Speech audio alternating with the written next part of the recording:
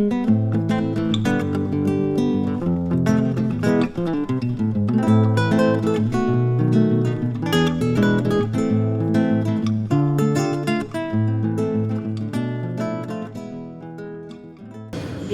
un jueves más al claustro del convento de la Merced. La conferencia de esta tarde estaba prevista para el mes de mayo y es una de las que por la caída de la cornisa no se pudo celebrar en su momento. Pero si entonces el tema estaba de actualidad, desgraciadamente parece que cada vez más permítame que la expresión, esta bola bélica sigue creciendo. Voy a presentarle brevemente a nuestro conferenciante. Creo que mensajero si presumo que de Luis Álvarez Zapatero o que Luis Álvarez Zapatero es sobradamente conocido, por lo que me limitaré a situarlo como vallisoletano de nacimiento y de formación académica. Allí estudió la licenciatura en Derecho, doctorándose posteriormente en la Universidad Complutense. También en la Complutense fue profesor titular de Derecho Penal. Estuvo pensionado por el gobierno alemán en la Universidad de Colonia y más tarde pensionado por el Consejo de Europa en la Universidad de Friburgo. En 1985 es nombrado decano fundador de la nueva Facultad de Derecho de la Universidad de Castilla-La Mancha, con sede en Albacete, accediendo al año siguiente a la Cátedra de Derecho Penal de nuestra universidad. Poco después, en 1988, es elegido rector, cargo que ocupó hasta 2003, siendo en la actualidad rector honorario. Su trabajo y colaboración con organismos nacionales y extranjeros son extensísimos y no quiero quitarle tiempo. Pero tengo que mencionar que es doctor honoris causa por varias universidades, como la de Chiapas en México, la Federal de Río de Janeiro en Brasil, la Universidad Kennedy en Argentina, la de Badalona en Târgoviște en Rumanía. Autor de varios libros y editor de otros de Derecho Penal Europeo y de Pena de Muerte. Trabajos en revistas, periódicos, etc. Para terminar, mencionaré uno de sus últimos proyectos hecho realidad, la Academia de Ciencias Sociales y Humanidades de Castilla-La Mancha, de la que es presidente. Y además es socio de nuestra asociación y amigo.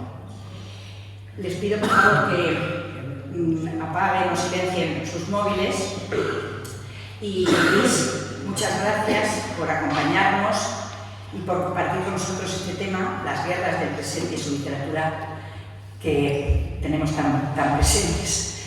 Muchas gracias. Muchas gracias.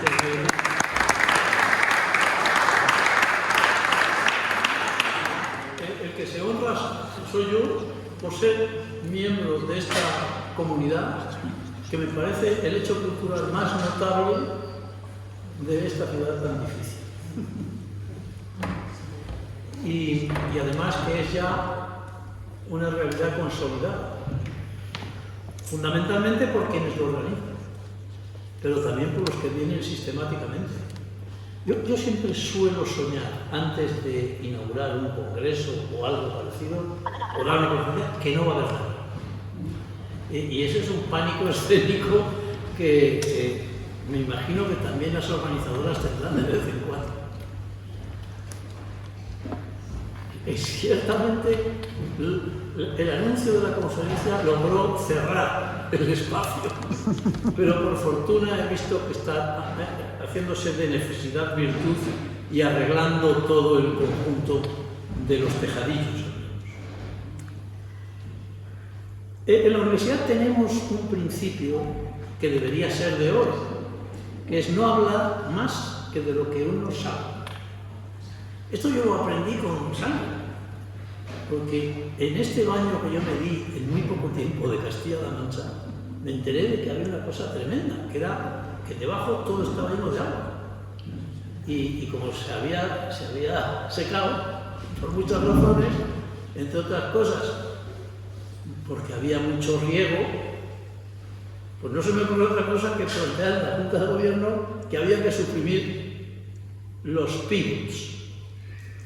Con tan mala suerte, porque si no hubiera estado seguro que nadie me hubiera hecho nada. Pero es que era dueño de una finca maravillosa que tiene un gigantesco pivot. Y entonces me dijo, señor rector, aprenda usted esto, no hable más que de lo que sabe. Y lo que sabe no es lo que uno cree que sabe, sino tu especialidad. Yo no sé ni de literatura, no es mi especialidad, ni de guerra. Mi especialidad es el crimen. Eso sí que sé. Y en el tema de las guerras y en la literatura hay mucho crimen. De manera que esa es la razón por la que, con una cierta solidez, me permito no inventar nada, no crear teoría, que es lo que hacemos cada uno en su especialidad, sino invitarles a ustedes a seguir 3 acontecimientos e incitarles a leer. Les voy a poner 4 libros con mucho, para todo el año, no hace falta más otra cosa. Lo que pasa es que ahora algunos de los libros están en el Kindle y tiende uno a comprarlos con codicia, incluso cuando son gratuitos, que los hay también. De manera que van a tener ustedes libros a mano. 3 guerras tenemos: la de Ucrania, la de Israel en Palestina, y África es toda una guerra. Hablaremos de las 3 y procuraré limitarme a los 45 minutos, por lo que voy a poner este diabólico aparato en marcha que dice mucho. Lo más impresionante de las guerras no son los muertos. Para mí, yo creo que es la crueldad que pone de manifiesto.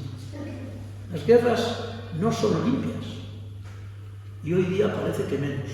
Antiguamente, en los tiempos de nuestros antepasados, cuando todo eran órdenes militares y caballeros, Don Quijote al menos creía que las guerras eran limpias. Hoy no lo son. Incluso hoy se habla de la guerra sucia y de la guerra híbrida. Lo de la guerra híbrida, a mí me gusta poner un ejemplo que me tocó muy cerca. Esto no se sabe, o sea que va a ser una primicia para el que esté.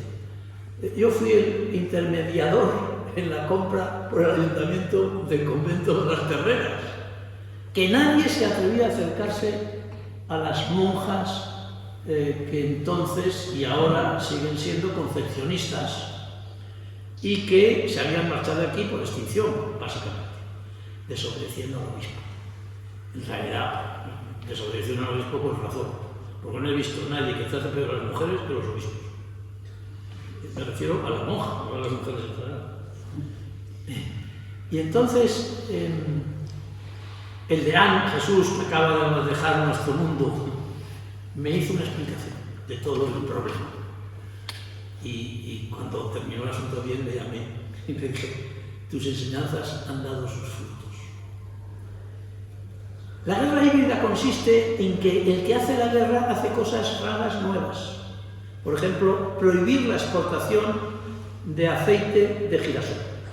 ¿Os acordáis que hace 2 años desapareció el aceite de girasol? Bueno, ya nos daba igual, cogíamos otro aceite, ¿no? Pero a las monjas no nos daba igual, porque los dulces se hacen todos en Obrador con aceite de girasol. Si se hace con aceite de oliva, pues sabe a demonios el pastel. Entonces lo organizamos, volvemos al delito, en el Instituto de Derecho Penal Europeo Internacional, con todos los jóvenes. Todas las mañanas arrasábamos con todo, no daba más que una botella, en todos los supermercados, para acumular aceite de girasol para los que en ese momento pasaron a ser mis monjas, a las que sigo atendiendo. Y mientras tanto ya se hacen las obras en las terrenas, que es un terreno que va a tocar, lo voy a tocar en algún momento de mi intervención. ¿Os acordáis de que se fue la luz por las nubes? ¿No? Para producir luz hace falta mucho petróleo. Si el petróleo y el gas no están porque se ha cortado, incluso se han hecho operaciones, al final nadie sabe quién ha sido el que cortó el gran tubo del gas que iba por el mar Báltico. No se sabe con certeza. Hay que creer más o menos a determinados servicios de investigación. Guerra. ¿Por qué era importante cortar el gas? No solamente para que no lo tuvieran, sino para que hubiera una inflación increíble, que nos pudiera costar más cara que las sanciones le costaban a Rusia. Esta es la guerra nueva, que no es que te caiga la bomba encima, sino que te hacen la vida imposible a gente que estamos muy alejados. Por eso, los que creen que las guerras no son relevantes para nosotros están muy equivocados. aunque tengan buena intención.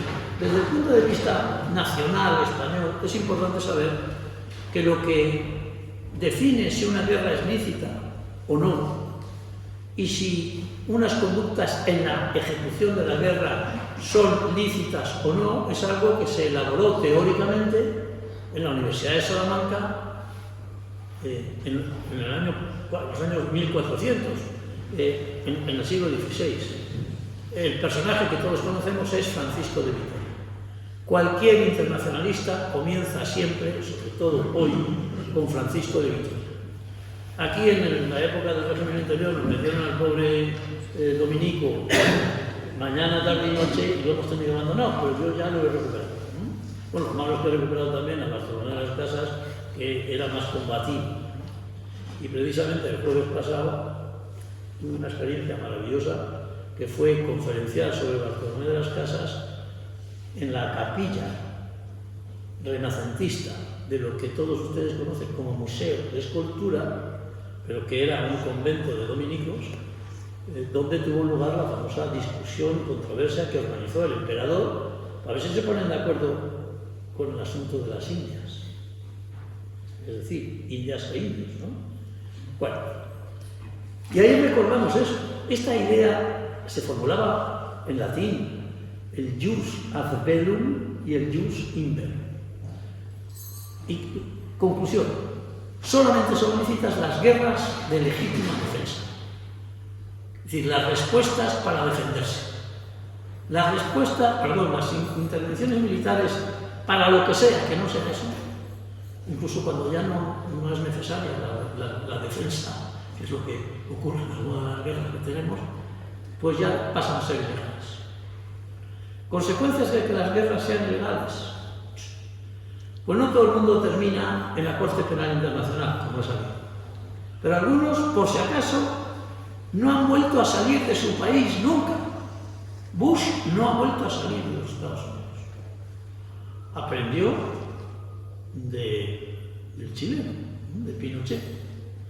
Y cada vez, ahora ha ido Putin, con muchísimo cuidado, a saber lo que le cuesta el que no le haga nada. Y luego las guerras se pueden hacer bien y se pueden hacer criminalmente. Básicamente, está absolutamente prohibido en derecho internacional desde siempre dañar a los civiles. Es decir, bombardear a las ciudades, por ejemplo. Esto de bombardear las ciudades es nuevo. En la Primera Guerra Mundial tenían que bombardear con un Zeppelin, que lo pegaba cualquier cazador de aquí de La Mancha, un tirascazo con un buen cartucho y caía por abajo. O sea que era una cosa milagrosa. Ya a finales de la Primera Guerra Mundial se podía bombardear a casi 40 kilómetros de la ciudad. Los alemanes lo inventan todo para estas cosas y tenían un cañón muy potente que se llamaba Bertha, siempre todo mucho, muy como los huracanes.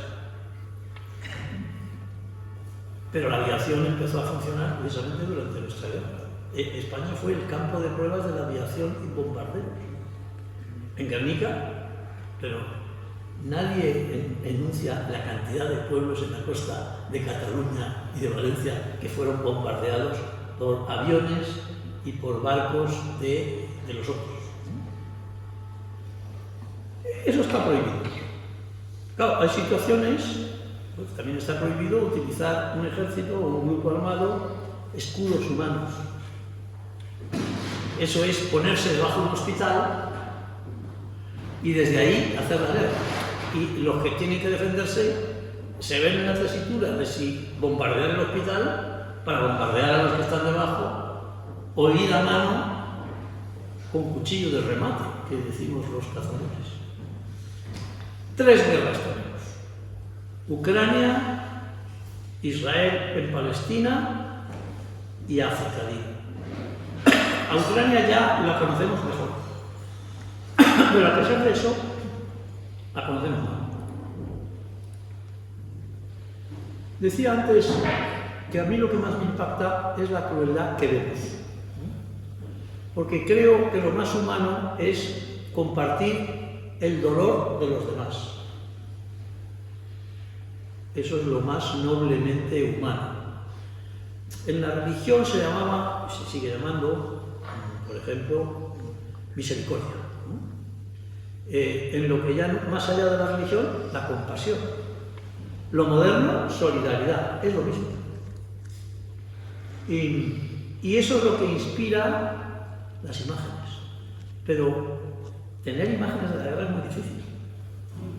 El primero que las hizo fue Goya, con sus desastres de la guerra, que siempre merece la pena.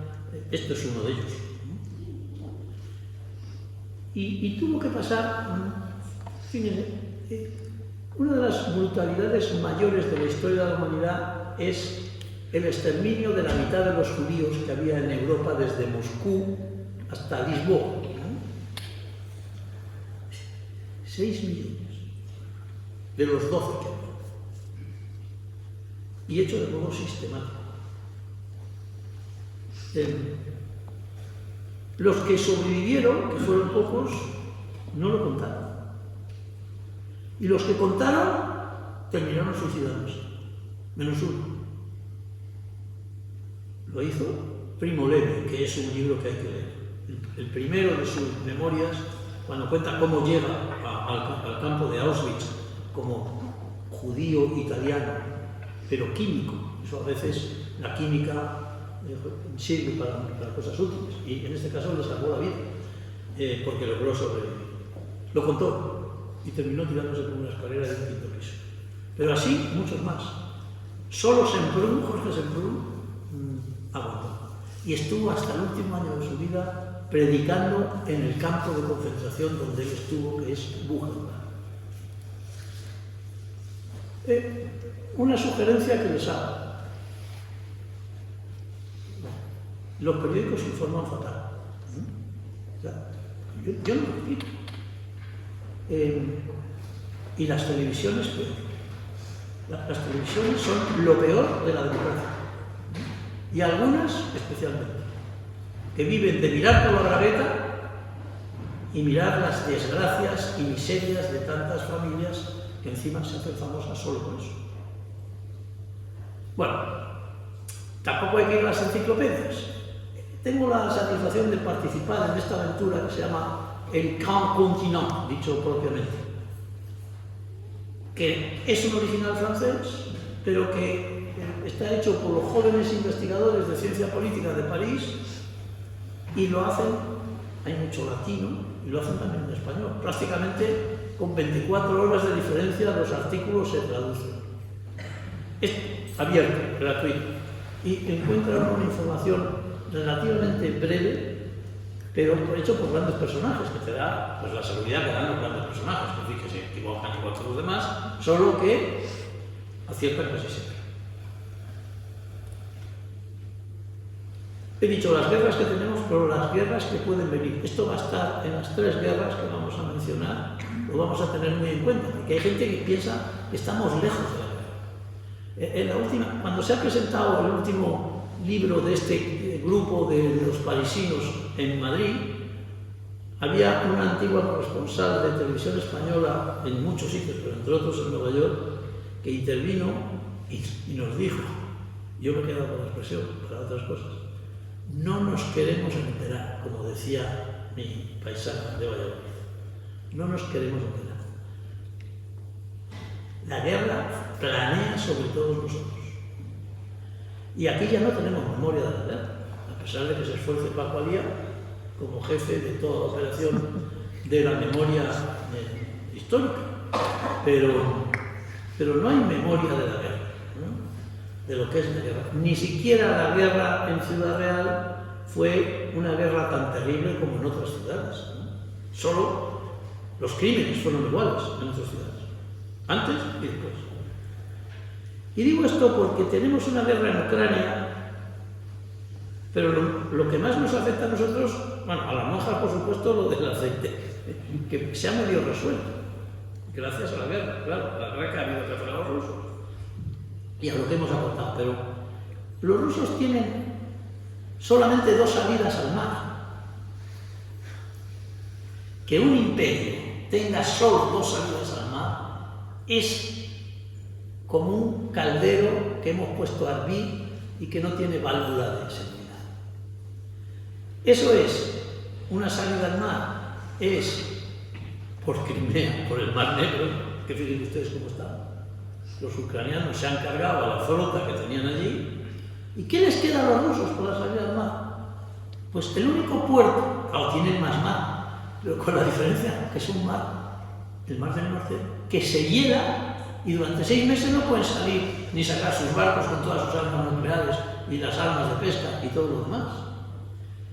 Pero después de la Segunda Guerra Mundial ellos se quedaron con un sitio que los filósofos conocen mucho, que es con el territorio donde estaba la Universidad de Immanuel Kant, que entonces se llamaba Königsberg, la montaña del rey, y ahora se llama Kaliningrad, que fue uno de los fundadores de la Unión Soviética.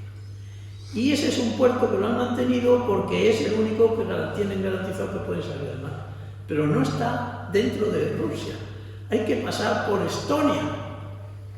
Y tienen una vía de tren que los estonios, que son de almas tomar, porque están hartos de los rusos toda la vida, pues de vez en cuando les piden el visado, les paran el tren.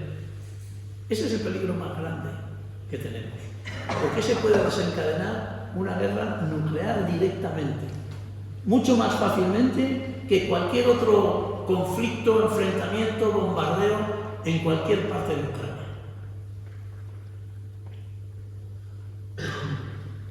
Aquí se ve muy bien, ¿no? Se ve el bichito este, no se ve. Bielorrusia.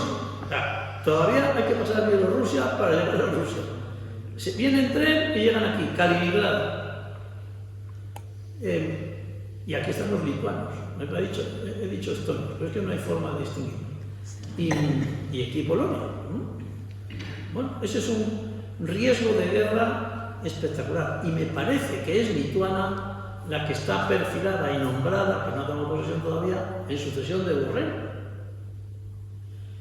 Y si es esta, lo que más la preocupa es eso.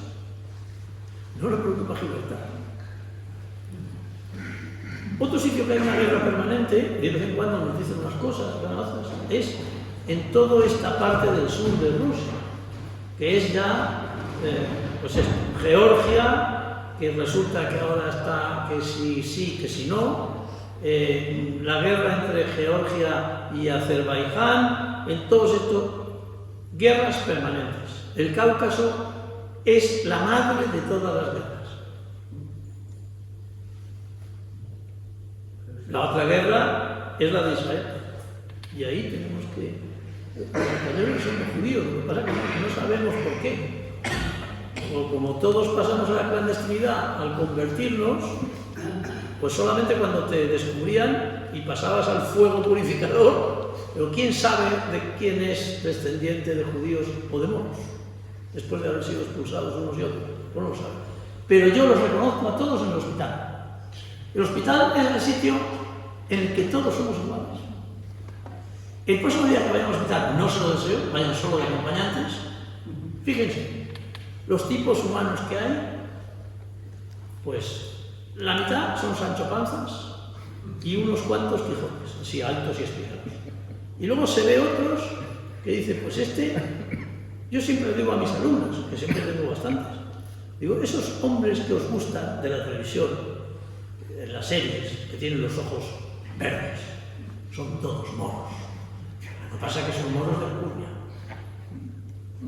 Esto hay que aprenderlo sobre el terreno. Yo encontré en Toledo, cuando conocí al entonces presidente de la Cámara de Comercio, me presentó a su mujer, que yo pensé que era alemana, una señora de una gran altura, rubia, con ojos azules, un tipo de alemana guapa, porque hay de todo en Alemania. ¿De qué parte de Alemania eres? Y se rieron los de Toledo, porque era de Toledo, de toda la vida. ¿Qué era? Visigodo. Y hay muchos allí en Toledo. No todos tan guapos como estos, mucho menos en Madrid. Y luego, África. De África no sabemos casi nada. Desde lo del domo no nos hemos vuelto a preocupar. Es una cosa tremenda. Y esa es la siguiente guerra que tenemos y que además, a diferencia de las otras que parece que están lejos, Esa es la que más nos cae, y ya se lo voy a explicar en el tiempo que me quede. Los rusos invadieron Ucrania, que era Rusia, para entendernos, en su origen. Tiene una formación esto muy curiosa, lo de Ucrania y Rusia.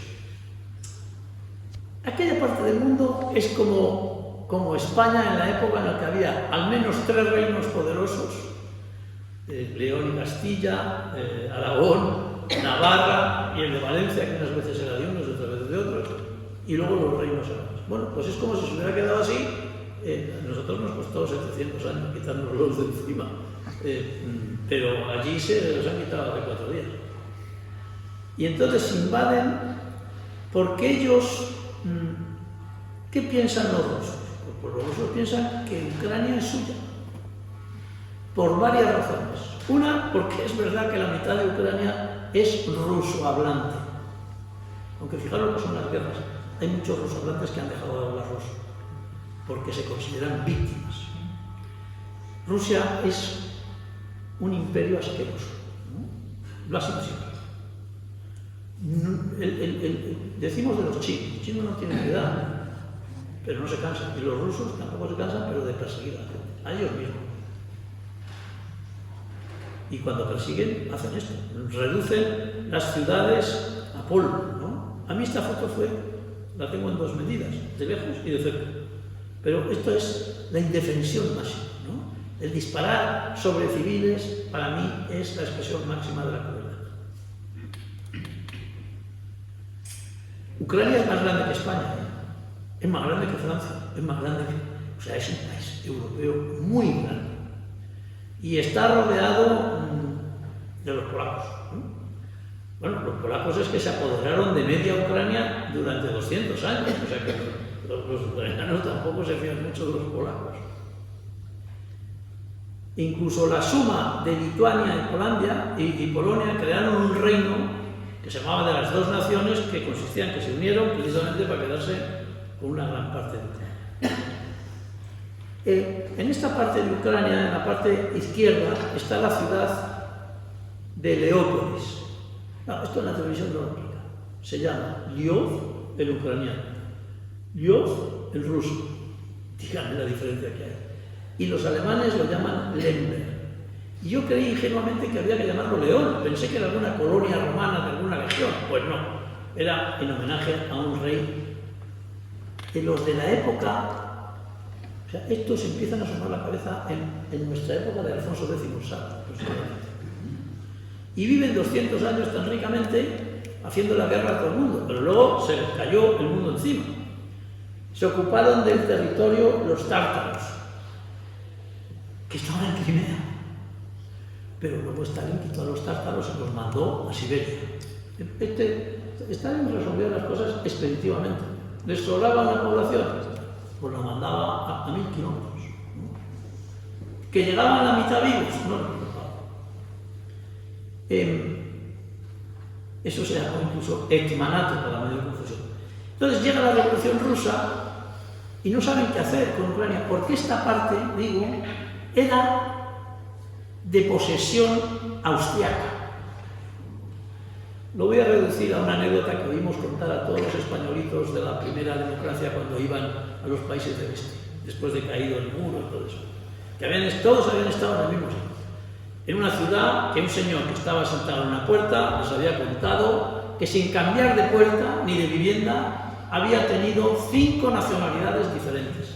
Toda esta parte grandísima izquierda había sido primero de los originarios, luego austrohúngaro, luego lo ocuparon los soviéticos, luego lo ocuparon los nazis. Habían cambiado 5 veces de nacionalidad sin haber cambiado la silla de sitio, ¿no? Bueno, eso ya nos da una idea de que tiene que haber una cierta desorientación allí. Aquí, que cuando cambiamos de pueblo nos mareamos un poquito, pues, imaginémonos allí.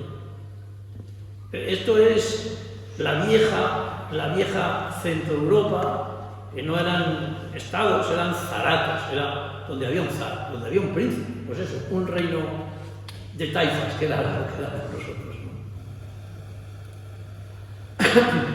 Hay un libro gordo, primera recomendación, al que tenga curiosidad por la historia profunda, esto de las puertas de Europa, pasado y presente de Ucrania. Este es un libraco de un ucraniano que es catedrático de Harvard, pero no está mal, ¿no? Y cuenta todo esto que yo digo de este modo un poco abrasivo, porque que nace en la época de Alfonso el Sabio y tal. Bueno, pues sí, tienen su escuela de traductores, claro que traducían. Y nunca saben si hablar ruso o hablar lo que nosotros llamamos ucraniano, ellos lo llaman, o lo llamaban ruteno, que era, al final todos estos eran como nosotros. Claro, nosotros nos ponemos todos gallitos, pero unos son visigodos, otros son moros, otros son suevos, otros alanos, y quedan 4 de Viriato, ¿no? Pues tampoco es que seamos una sociedad unidimensional. Bueno, pues allí lo mismo. Y la Ucrania como país aparece de la mano ni más ni menos que de Lenin, porque Lenin, cuando gana la revolución, se da cuenta que tiene que tener aliados y por lo tanto patrocina que se cree una república socialista independiente de Ucrania y que puedan hablar ucraniano, que nunca les dejaba los rusos tradicionales. Y a la gente le gusta hablar su lengua. Yo siempre me acuerdo de aquel consejero que tenía en la Generalitat, en la época de Pascual Maragall, que era muy impertinente, que nos caía fatal, sobre todo a los jóvenes de Valladolid, y que hizo 2 cosas notables, que cada vez que aparecía en la televisión todo el mundo llamaba a José María, y dice, oiga, yo me llamo Josep María, y entonces ya terminó diciendo, mire usted, yo me llamo como nada. Tenía razón, pero eso le pasa a los ucranianos también.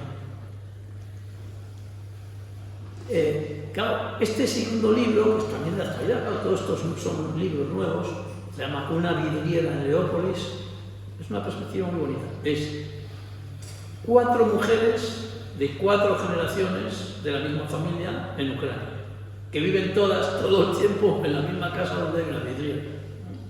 En una ciudad, que es Leópolis, que tiene 2 millones de habitantes y tenía universidad, pues casi como desde que existe la Universidad de Salamanca, ¿no? Claro, para facilitar las cosas hablaban en alemán, ¿no? Y la siguiente recomendación, Marta Rebón. Marta Rebón es una joven, me parece a mí, la vida cuenta de la edad que yo tengo, pues para mí es joven, ¿verdad? Que es especialista en lenguas eslavas, que para mayor confusión quiere decir que hay varias. Para empezar, ucraniano y ruso. Y es traductora profesional. Y ha hecho traducciones de obras de clásicos rusos, ucranianos, claro, para ella, que ha vivido haciendo honor a esa literatura de 2 países, 2 lenguas, pero una comunidad. La guerra es terrible. Y entonces la explica un poco, pero hablando con sus autores a los que ha traducido. Tiene una carta que le escribe. Hay un soviético, que era ucraniano. Bueno, es que eran ucranianos casi todos. Khrushchev era ucraniano. Khrushchev es el que regala, siendo presidente de la Unión Soviética, Crimea a los ucranianos. No fue un acto caprichoso. Es que consideraba que como para llegar a Crimea había que tantas dificultades, y ahora todavía más, porque como arrean los ucranianos el puente maravilloso que han hecho, era mejor que estuviera en manos de la comunidad autónoma de Ucrania para que tiraran de ese territorio para el desarrollo. O sea, que era en favor de Ucrania. Pero ahora no se entiende, y nos enfadamos cuando los rusos quieren quedarse con Ucrania. Y yo les digo, que tiene que quedar. Se pongan como se pongan los demás, porque es suyo. Y no vale en la vida internacional decir aquello que decimos en casa, Santa Rita, Rita, lo que se da no se quita. A veces se puede quitar, sobre todo si hay tal lío como pasa en muchas familias, ¿no? Bueno, entonces ella escribe a un tipo ucraniano que se llama, Brezhnev también era ucraniano. Aquí son, la unidad, la gran fábrica de aviones. Los aviones, cuando se hizo aquí la pista del aeropuerto, ¿no? Es la única pista junto con la de Barcelona en la que podían aterrizar los Tupolev. Los Tupolev pueden llevar 6 o 7 tanques en la barriga. Y eso es una barbaridad, de bulto. Y no sirven los demás aviones.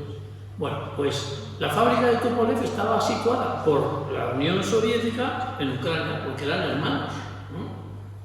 Y muchas otras cosas, ¿no? Entonces, esto es nuestro. Bueno, pues este Vasily Grossman es un ucraniano judío. Vamos a ver la cantidad de judíos que había en la Europa Oriental y que habían sobrevivido con mucha dificultad a las racias de los nazis y a las racias de todos los demás. Porque hay un momento que a Stalin tampoco le gustan los judíos, porque no se fía de ellos. Entonces, pues, para empezar, acaba con los más cercanos, por ejemplo, con su médico, que hay que ser bruto para acabar con su médico. Bueno, pues acabó con él, porque era judío. Y lo que pasa además es que presentó el asunto como si fuera una conspiración de médicos judíos, lo cual acabó, no sé, con 50 médicos judíos. Y Vasily Grossman es un periodista de gran éxito. Escribe muy bien y va narrando la guerra mundial. Cómo empiezan en Moscú, defendiéndose, y luego cómo van y llegan hasta Berlín. Por el camino se encuentra el cadáver de su madre muerta en Ucrania. Bueno,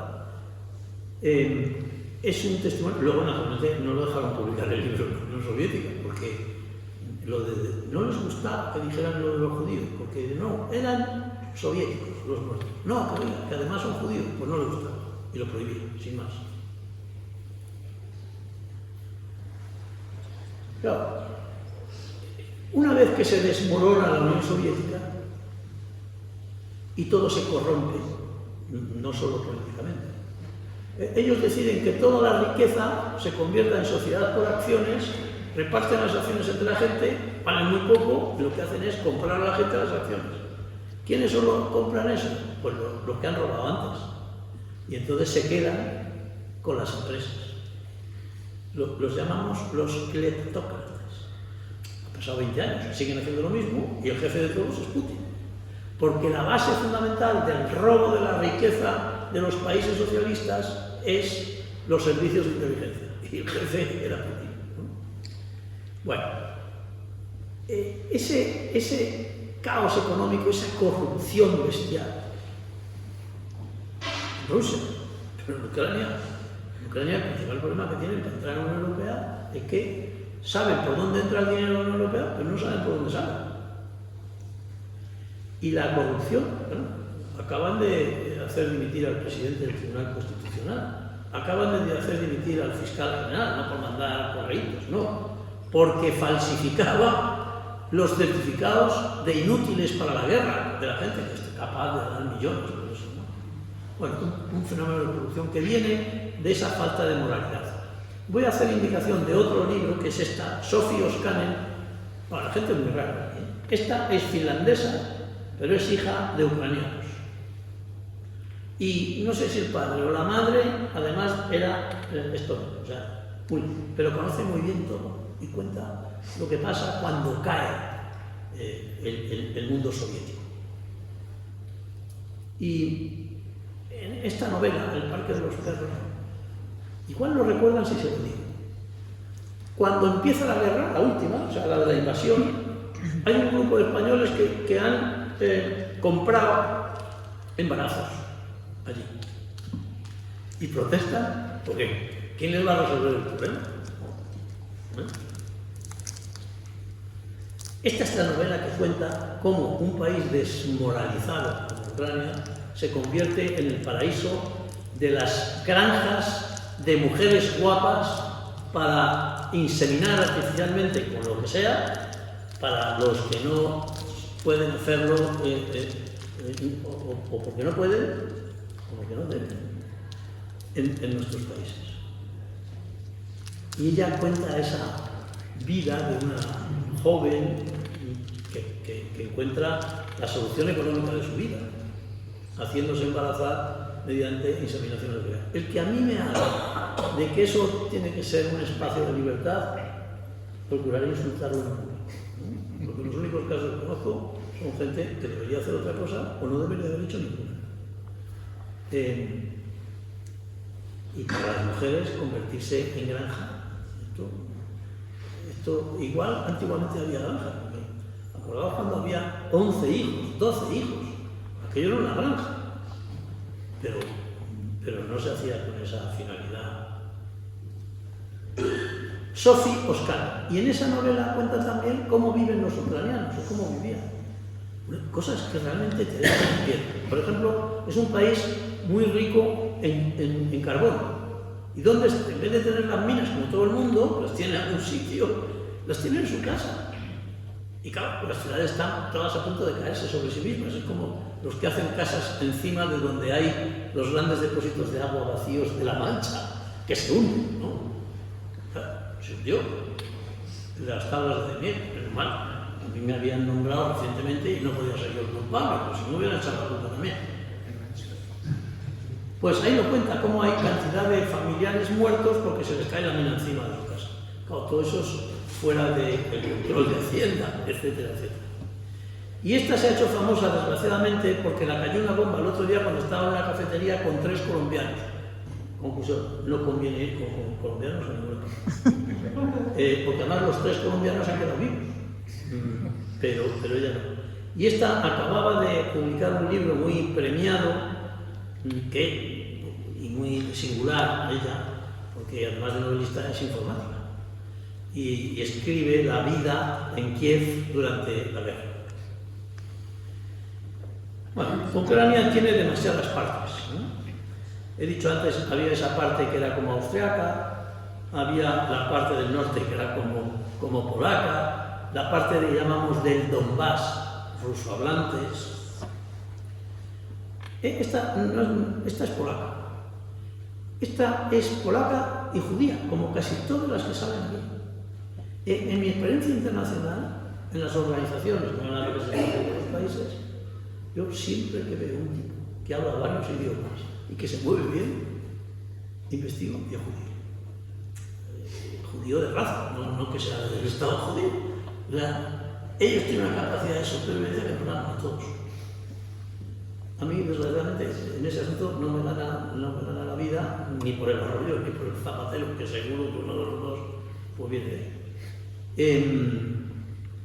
Esta es polaca, pero ya nacida en los Estados Unidos. Hay muchos rusos que se fueron a partir del año 91, emigraron a los Estados Unidos.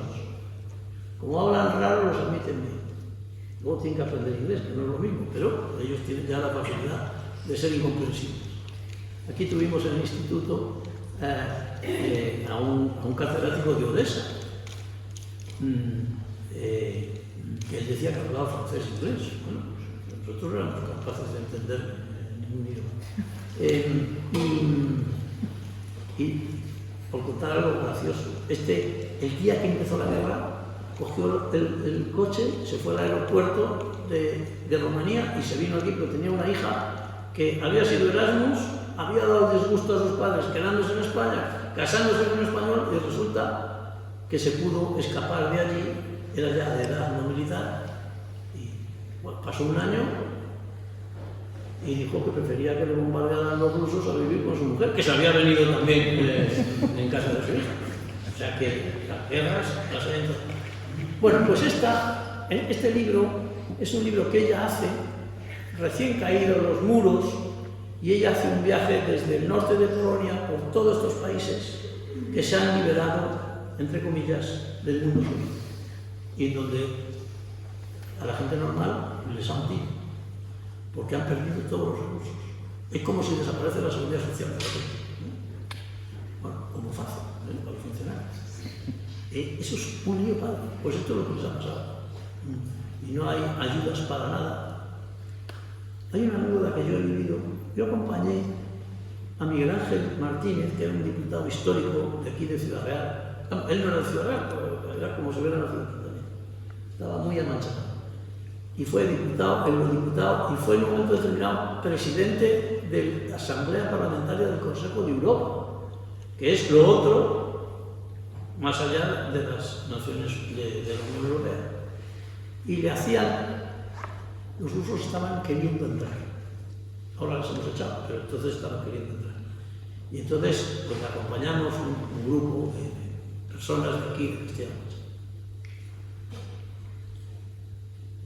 Y esto lo cuento por dos cosas. Primero, porque fue a ver al Papa ortodoxo, que vive a 60. Nosotros le tenemos al Papa a muchos kilómetros, pero ellos lo tienen a 60 kilómetros. El Papa suyo.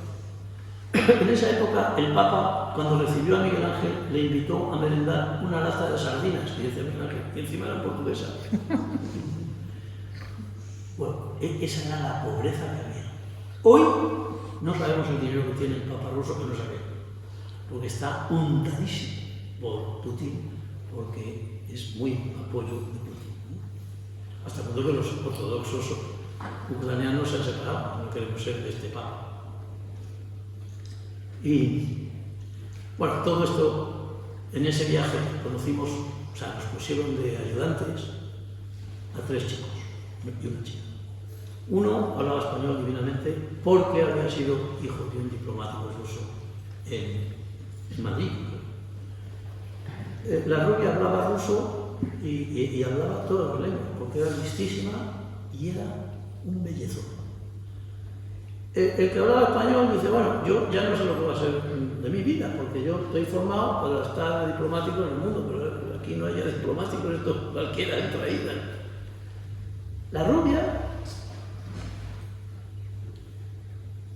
nos dice, bueno, yo antes tenía un futuro extraordinario, pero desde que ha pasado esto, a mí las ofertas todas me las hacen con una exigencia sexual como condición, que no había pasado en mis 25 primeros años de vida.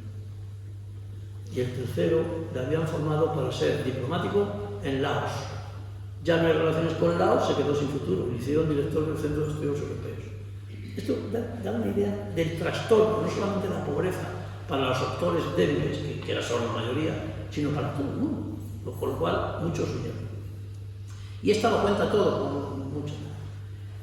Esta es una rusa judía que emigra a Estados Unidos muy tempranamente y después hace una especie de novela, por eso la puedo poner aquí como recomendación literaria, presentando personajes diversos y lo que les ha pasado desde que se cayó el régimen soviético hasta la actualidad. Es súper interesante. Tiene otra que es sobre su familia, que todos son también interesantísimos, pero esa no la tengo. ¿Qué les pasa a los rusos? ¿Por qué se ponen así? Este es un gran libro. Este Orlando Figes es un inglés de origen judío, naturalmente, que hizo una historia de Europa buenísima y cuando empezó todo este follón hizo una historia de Rusia. Y además ha pedido la nacionalidad europea porque no quiere ser inglés después del Brexit, ¿no? Hay mucha gente que lo pide por eso. Y Pilar Bonet ha sido 1000 años, tiene 1000 menos 10, ¿no? La corresponsal del País en Moscú. Pero no siempre en Moscú, porque estos son sus recuerdos de Moscú y sobre todo de Kiev y de las guerras. ¿Sí? Aquí está desde el año 10, 2 años antes de la invasión de Crimea, y ella va explicando todo lo que pasa y nos explica pues, como notas de una periodista. Está muy bien, merece la pena leerlo. Para entender a los rusos, bueno, pues es un lío, no hay que leerse ese libro, tal, no. Tenemos un libro, un método más sencillo, que es la revista que les he recomendado antes, el Gran Continuo. Aquí con estas cosas son los artículos donde no solamente cuentan lo que pasa, sino que además traducen los discursos de los líderes soviéticos, que no son nada aburridos, porque son todo amenazas lo que hacen. Ellos están empeñados en que quieren volver a tener lo que tenían en la época soviética. Es decir, desde Varsovia, por eso los polacos están horrorizados, se arman todo y piden más OTAN porque piensan que van a morir, como los otros de los países bálticos. Y los rumanos acaban de establecer la mayor base militar de la aviación en su propio territorio, porque piensan que van a morir. De hecho, hay un territorio al lado que se llama Moldavia, que la mitad son proeuropeos y la otra mitad prorrusos. Menos mal que están colocados en un sitio y en otro, no sabemos cómo terminar eso. pero puede haber otra vez. Bueno, y explica todo esto, bueno, y explica muchas cosas, porque, por ejemplo, ¿por qué los polacos tenían aquel mal estilo hasta que ha ganado las elecciones que era comisario europeo? ¿Por qué eran aquellos? Bueno, pues este es el presidente de la derecha radical polaca que gobernaba, y entonces, claro, que no les interesa nada Europa, lo que les interesa es las armas de Europa para poder estar bien defendidos de los rusos. Y lo demás les trae al centro, menos al que ahora es presidente, que le hace tanto caso como a mí en la universidad. Estos sí que son dos libros muy recomendables, dos novelas. Giuliano da Empoli, que ahora se ha hecho más famoso, pero esto cuando salió yo me lo tuve que leer en francés. Pero aprendí en Valladolid, que es distinto que aprenderlo en Francia, claro. Este es un suizo de la zona italiana formado en París y entiende de Rusia fenomenal. Y entonces va y cuenta aquí, el título es El mago del Kremlin. Había un asesor de Putin en los primeros años que conseguía todo. Entonces, a partir de ese personaje, él crea todos los personajes que son los determinantes de todo lo que ha ocurrido. Y entonces entendemos qué es lo que piensan, qué es lo que quieren y a dónde quieren ir. Este es más grave, porque este me lo regaló mi hijo hace 8 años en Navidad, y la verdad, con la cara de loco que tiene el tipo y tal, pues no lo leí, pero lo he leído hace poco, y este le han dado el año pasado el premio Príncipe de Asturias.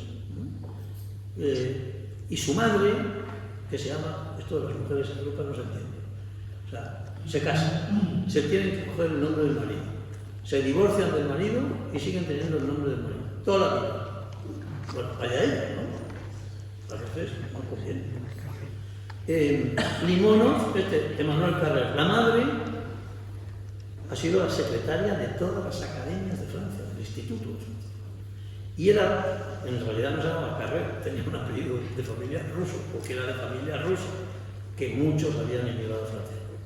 Bueno, y Limonov es uno de los personajes más importantes de esa época de transición en la que se produce lo de Yeltsin, la compraventa de todas las riquezas y la organización del nuevo caos. Si hablamos de la guerra de Israel-Palestina, yo me he dado cuenta de que no podemos empezar por la guerra esta. Lo que pasa es que vamos ya, voy a empezar. Bueno, voy a hacer referencia solo a los libros. No, esto de los judíos es un lío, porque a los judíos les han perseguido desde tiempo inmemorial. Ellos no saben desde cuándo, pero ellos se han inventado una historia, que ahora voy a poner en el libro. Pero los judíos oficiales piensan que ellos son la continuación de la Biblia. Pero si aquí hay gente capaz de decir que porque no hay fuentes escritas no ha habido reconquista, imaginar lo que hay que decir de un sitio que hace 2000 años que dejó de existir, que es el sitio de la Biblia. Y como desde hace 50 se lo inventan todo, pues claro, tienen un follón notable. Fijaros, esos que salen con los tirabuzones, naturalmente apoyan a Netanyahu, pero en realidad no creen en él, porque esto de las religiones es un problema. Ellos creen que el Mesías no ha venido, que vendrá. Y cuando venga, habrá un Estado de Israel verdadero. Mientras tanto, esto es una porquería que tienen que apoyar, porque si no se lo cepillan, ¿no? Y no les dejan llevar el sombrero. Y además no les dejan vivir tranquilamente, que para ellos vivir tranquilamente es estudiando el Talmud y no yendo a la guerra. Entonces, ¿por qué digo esto? Hombre, porque los judíos estaban en nuestra España de la fundación de Ciudad Real.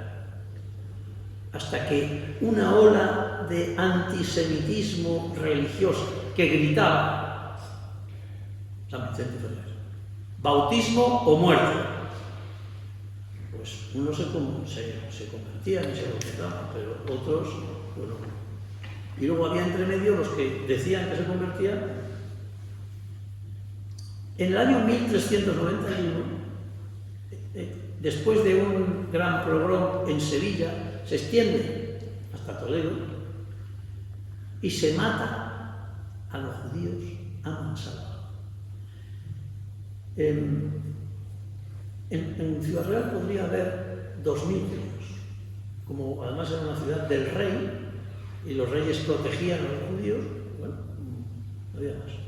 Pero, ¿qué pasó? Pues que lo liquidaron a todos, prácticamente. O casi todos, ahora veremos que no. San Pedro, todos vamos, yo voy mucho a los funerales a San Pedro. Y siempre pienso, aquí nadie sabe que esto está construido encima de la sinagoga. La sinagoga de Ciudad Real. Se levanta ahí, la tiraron toda. Y los de Mercadona que no anden chulitos, porque deben estar por donde estaba el cementerio de los judíos, el Fonsal, ¿no? Que es posible que fuera más grande y estuviera también, pero todo eso del compás de Santo Domingo, que nadie sabe por qué se llama compás, es que había una puerta, que era la judería, por lo tanto, el compás era que se abría el compás o lo cerraba, y si estaba cerrado no podía entrar, ¿no? Como los portones de la ciudad de Toledo. Y esta casa, que me ofende por dos cosas. Primero, porque es el carrillón más feo que he visto en mis viajes por aquí. Es que yo no pretendo que tengamos aquí el carrillón de Múnich, que solo el edificio en el que está encastrado, pues es una maravilla. No, yo no pretendo eso, pero aquí no podía haber encontrado otra cosa más digna y más representando a Quijote. Eso es lo primero que me ofende. Y lo segundo es que no pone de quién es. Pues fue expropiado al judío que condenaron porque, como todos los judíos que se quedaron, aunque se habían bautizado, tenían costumbres. Y aunque los reyes habían prometido respetarlas, el pueblo no respetó. Estoy por contar una costumbre, pero no sé si voy a levantar el escándalo de alguna familia, porque sigan haciendo lo mismo. Bueno, esta era de un tipo que se llamaba Alvar Díaz, que era un comerciante de origen hebreo que se había convertido, se lo cepillaron. Luego, cuando ya vino la reina católica, se dio cuenta de que el ayuntamiento se reunía en el portillo de lo que hoy es San Pedro, en la Puerta del Perdón, que no sé si estaría en aquella época, y siempre se reunían en una especie de casamata de madera. Y entonces la reina hizo una ciudad real, una casamata de madera, vamos a poner el sal. ¿Y qué hicieron? Pues que sin indemnización se lo dieron al ayuntamiento. La Casa del Arco, había dos casas del Arco. Pero bueno, eso lo veremos en otro día cuando cumpla con un compromiso que tengo para varias cosas. Y la puerta de la sinagoga apareció allí, claro, la tenemos en el museo, pero no es del director del museo. Bueno, lo de los judíos, aquí me he saltado otra cosa que no me acuerdo de qué era. Sí, porque creo que tengo el plan de exterminio de los judíos, se me ha ido de él. Bueno, para entender lo de los judíos tenemos que entender lo de Ciudad Real, Sevilla, Valencia. La persecución sistemática, pero en el resto de Europa lo mismo.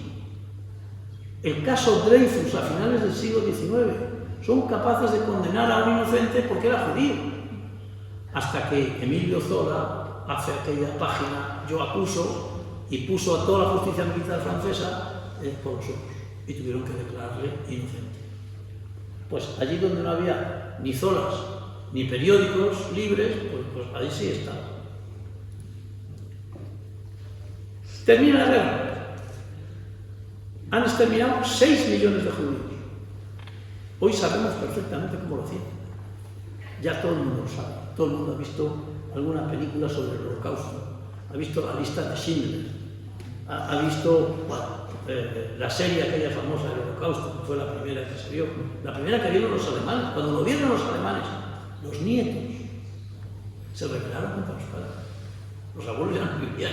Pero los padres sí, y lo habían visto, y lo habían asumido como tremendo. Bueno, pues cuando termina la Segunda Guerra Mundial, todo el mundo se vuelve a su casa, menos los españoles y menos los judíos. Los españoles no tenían dónde volver. Menos mal que estaban la mayoría juntos en el mismo campo de concentración, que era el de Mauthausen. Que los llevaron ahí porque cuando los nazis ocupan Francia, se encuentran con que hay 500.000 españoles. Y de los 500.000, la mitad son hombres y la mitad han sido soldados de la República. Entonces le preguntan, yo cuando veo la serie esta de Serrano Suñer y sus queridas, me saca el quicio, porque a este tipo le preguntaron los nazis, ¿qué hacemos? Que era el ministro de Asuntos Exteriores, no es que fuera un tercero que pasaba por allí. ¿Qué hacemos con los españoles rojos? No, con los alemanes era único, era bastante tenía con los franceses rojos. Y entonces dicen, no hay escrito, claro, esto nadie lo hace por escrito. Los españoles, si son rojos, no son españoles. Claro, esto si lo decimos nosotros, entre nosotros, pues estamos simplemente insultando. Pero, si se lo dice a un alemán, el ministro de Asuntos Exteriores, los declara apátridas, a todos.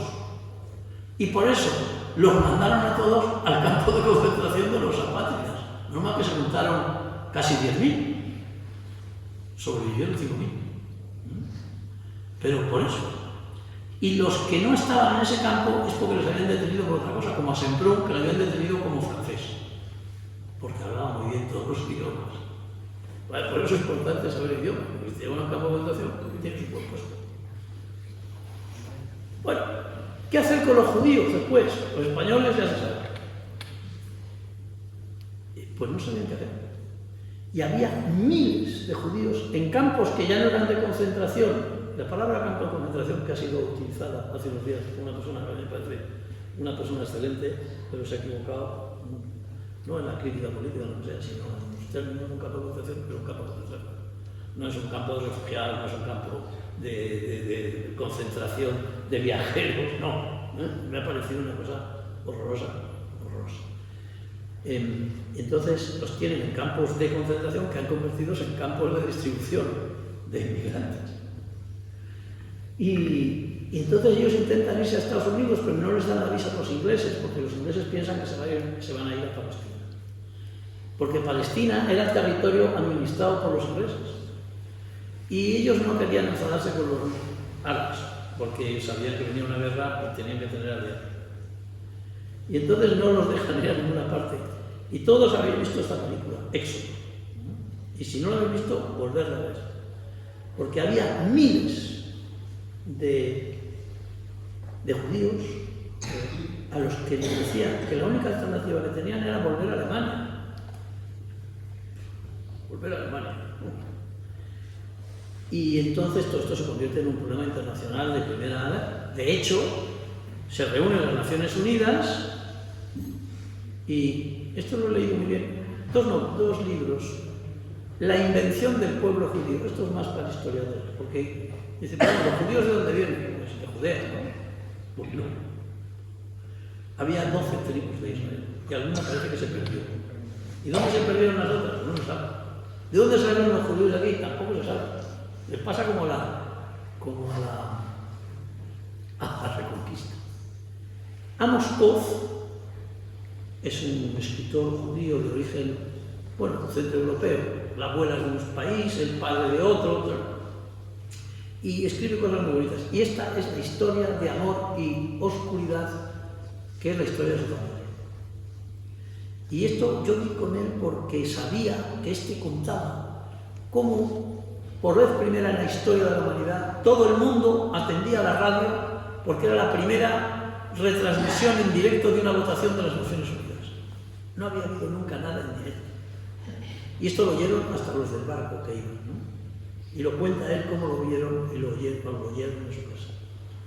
Es una buena novela para entender y acercarse cariñosamente a los judíos contemporáneos y ver lo que han cambiado, porque aquel Israel de los años de fundación, pues es un campo relativamente de progreso.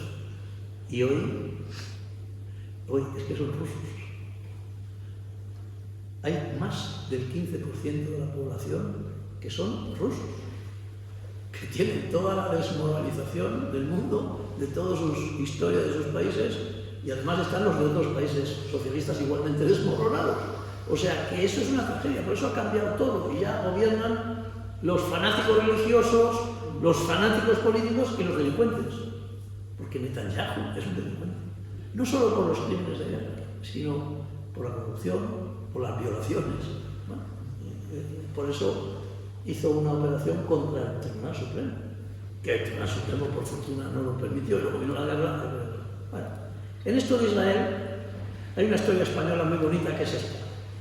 Pablo de Azcárate es un hijo de Gumersindo de Azcárate, fundador de los de León, fundadores de la Institución Libre de Enseñanza, y este con 32 años fue catedrático de Derecho Administrativo y decidió hacer carrera en Naciones Unidas, que entonces se llamaba Liga de las Naciones, y llegó a subsecretario de las Naciones Unidas, un cargazo importantísimo. Claro, llegó la guerra, se quedó de embajador de la República en Londres y después de la guerra se quedó con los demás, a verla venir. Pero como tenía esa experiencia, le incorporan a las Naciones Unidas y le nombran el técnico de apoyo de los grandes potentados que envían para arreglar el asunto de la instalación de los judíos y la creación del Estado de Israel. Y estos dos libros son memorias suyas, y lo otro es un libro de alguien que lo ha sacado del Maletín de los Recuerdos, y es muy impresionante la vida de un español desconocido con un papelón terrible, porque naturalmente a su jefe le pegan un tiro y a él no le pegan un tiro pues no lo encuentran, pero le hubieran pegado un tiro igual, sin poder y sin país al que volver. Bueno, aquí hay más libros que recomiendo. Corresponsal del país en Israel muchos años, y cuenta, pues como cuentan los periodistas, con impertinencia y gracia, todo lo que ven. Bueno, voy a saltar todo esto. Allí hay un lío religioso notable, porque están los judíos los hay normales y exuberantes, estos de los tiburones, ¿no? De los tirabuzones. Luego están los musulmanes, pero los musulmanes, a mí, yo creo para poderlo explicar a quien no tenga conciencia de esto, que la mayoría no sabemos lo que son los protestantes, por cierto, yo me he enterado muy bien. O sea, lo que piensan y por qué tal, ¿no? Los protestantes, claro, protestaban, con razón además, pero Lutero era un poco picantón, no comer. Bueno, el caso es que hubo durante 200 años una guerra civil europea por razones de religión. Y solo porque se le acaba el dinero a Carlos V para pagar su ejército, que acaba de ganar la batalla de los protestantes y se lo tiene que traer, porque tampoco traían tanto oro de América, ¿no? Y si había algo de oro, había que gastarlo en Bélgica y en Holanda. Bueno, lo más parecido a la guerra entre protestantes y católicos es lo de los sunitas y los chiitas. El otro día lo dije así y me riñó un señor que dijo que eso era un galicismo, pero me sale así más fácil. Y aquí hay un libro muy bueno y otro. Esto es, claro, cuando te enfrentas con un ejército que tira misiles, pues es un lío. Cuando te enfrentas con un ejército de miles de chicos que tiran con onda piedras, pues es un problema. ¿Qué hacen? Lo que hacen el Estado israelí cuando les viene es disparar solamente. Esto es una cosa terrible. Gaza. Esto es Gaza. ¿Qué han hecho en Gaza? Pues lo que han hecho en pequeñas medidas en todos los territorios que han ido ocupando desde que se creó el Estado de Israel, que es derribar hasta las casas para que no tengan el sitio al que volver los que se van. Esto es. Solo que en este caso han derruido las casas de 2 millones de personas que han tenido que huir, como hemos visto en esas caravanas terribles, machacados por las bombas. No sé qué. Aquí está la lista de cuántos muertos antes de esta guerra ha habido por año judíos y árabes. Siempre más palestinos, porque claro, estas son dos mujeres, judías las dos, pero una es crítica con Netanyahu, con el gobierno de Israel, o sea, que cree que tiene derecho a defenderse, pero no tiene derecho a arrasar a todo el mundo y a exterminarnos. Y esta es una que cree que Netanyahu tiene derecho a todo. Bueno, ha habido como 6 guerras, Estado de Israel y países árabes. Los árabes han perdido todas, y las han perdido de modos vergonzantes, porque no se ponen de acuerdo para nada, porque no han defendido a Palestina, porque lo único que querían era quedarse ellos con el territorio de los palestinos. Y como vemos ahora, Irán solamente le interesa porque en Irán están los chiitas y defienden a los suyos, que son los que están fundamentalmente Hezbollah, ¿no? en Gaza y en el Líbano. Al Líbano tienen que subir de vez en cuando, porque cada 2 por 3 les bombardean a los israelíes desde el Líbano. Claro, o sea que hay muchas cosas que tienen explicación, otras no tienen límites, y estas son las que están mal. Pero fijaros, de todas las guerras como era, al principio, cuando termina la primera guerra, porque no hacen más que reconocerles, y todos atacan a Israel, y Israel acaba con todos, desde los egipcios hasta los sirios, hasta los libaneses, hasta que los echan a todos. Y no queda ya ningún territorio. Luego hacen una paz. Bueno, los acuerdos de Oslo. Entonces vuelve esta zona a ser de gobernanza palestina. Allí se ha instalado Hamás, y en las primeras elecciones más o menos democráticas, Hamás gana aquí, en Gaza, perdón. No gana aquí, que es donde está Arafat, para entendernos y utilizar un personaje histórico. Y luego, tras 3 años de violencia constante, los israelíes ya han ocupado mucho más, los colonos. Eso es ilegal, los colonos. Pero, bueno, hay que ver cómo termina. Y una referencia bruta a este asunto. África. 2 libros. Son viejos, que hay que buscarlos. Kapuczynski es un periodista polaco, de los primeros que hace periodismo, y tiene varios libros sobre África, impresionantes. Porque África es el gran pecado de los europeos. Basta con leer o El corazón de las tinieblas o la novela que acababa de publicar Mario Vargas Llosa cuando ganó el Nobel, El sueño del centro. No lo he puesto porque lo tengo en otro PowerPoint, el de clase. O sea, cuando nosotros nos dicen que la colonia española o la colonización española de América fue... ¡Qué ignorancia! Naturalmente puedo delincuentes, si los hay ahora en España, no va a haberlos entonces. Sobre todo, como les dije el otro día, aprovechando que estaba el delegado del gobierno. Allí no había guardia civil.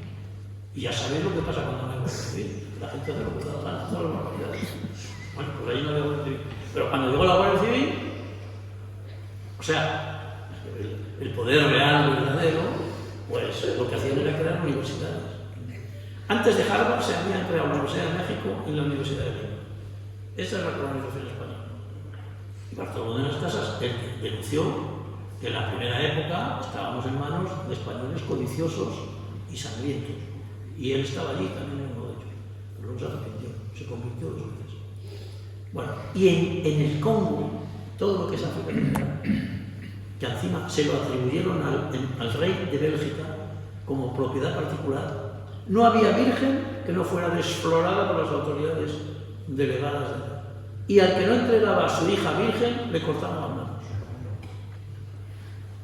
Están las fotos. Esto, cuando se enteraron por el inglés ese, que llama el celta, se armó un lío claro. ¿Qué pasa ahora en África? Pues que allí no hay nadie que tenga orden. Incluso las élites están bien educadas en París, normalmente, o en Moscú, pero son de un grado de corrupción tan grande que solamente terminan los gobiernos cuando hay un grupo que quiere ser más corrupto que el otro y le dan un golpe de Estado. Ahora, los golpes de Estado en esos países centrales del Sahel, que se llama, los dan los tenientes, no los generales, los tenientes, porque a los otros ya han acabado con ellos, porque ya se han enriquecido mucho y no los gustan. Y encima tienen toda la operación de del terrorismo mundial, porque el yihadismo tiene allí un buen caldo de cultivo. Este es un libro que le he llamado, bueno, está teniendo mucho éxito Rafael que lo presentó aquí, en sus libros, y esta exposición también la hice. Y luego hay otros 2 libros muy interesantes, pero no voy a dedicarme a ellos, porque lo que voy a contar es lo siguiente, y termino. Cuando hace 30 años el rector de Valladolid me llamó porque estaban con un proyecto sobre la desertificación. Es una cosa de ingenieros agrónomos y parecidos. Y querían que fuéramos los guardeses de una finca, que habían entendido que era muy buena para hacer 4 o 5 pruebas en España. A los 3 años éramos los jefes. toda la cosa. Y habíamos comprado unas máquinas que se llaman de teledetección y nos faltaban 6 millones de pesetas. Y fuimos a ver a Bono, ignorantes, a pedirle los 6 millones. Y dice, ¿con esto qué podéis hacer? Pues podemos saber qué se cultiva en cada zona de Castilla-La Mancha. ¿Podéis averiguar qué se cultiva en Murcia y en Valencia? Y sobre todo, ¿qué se ha cultivado? Porque las imágenes están en los satélites. Dice, sí, entonces tomar los 6 millones por darme a mí esto. Y fue con lo que montó el plan para defender el tema del agua en la región. Bueno, cuando empezamos eso, hace 30 años, oí el comentario siguiente que luego a mí no se me olvidó. En esos aparatos se veían las masas humanas de millones de personas desplazándose de toda esa zona del centro de África hacia el norte. Millones. Nos llegan con cuentagotas. Y además, como todo esto va cada día peor, porque la sequía es mayor, porque el cambio climático donde más se nota es ahí, donde además es muy difícil ayudar, sea quien sea, porque se lo gastan todo en copas, ¿no? Los dirigentes. Apenas Nigeria es un país más o menos serio, ¿no? Por fortuna está Marruecos, fijaos lo que digo, por fortuna está Marruecos, Argelia, pero lo demás. Níger acaba de caer en manos de los sargentos, no de los tenientes. El Chad era de los franceses. A los franceses los han echado. Habrán hecho cosas, pero malas, pero también buenas. Les han echado. ¿Por qué? Porque no toleran fácilmente tanta corrupción. Bueno, ahí quedamos en Mali, 4, nos vamos ya. Y todo esto va peor. ¿Y qué hace la gente allí? Huir de allí. ¿A dónde van? Ellos se la juegan, como habéis visto los cayucos, por llegar a Canarias o a Marbella. Eso es un problema que no va a cesar. Y no podemos... hay gente que dice, pues mandemos a la Marina. ¿Y qué va a hacer la Marina?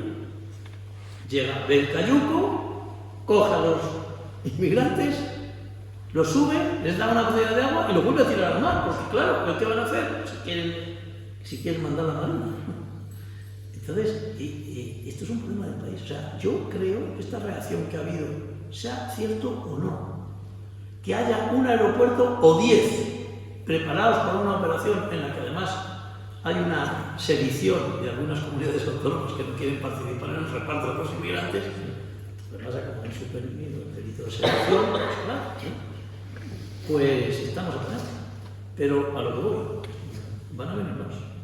Y tenemos que estar preparados para que vengan más y para poderlos aprovechar, y no simplemente insultar.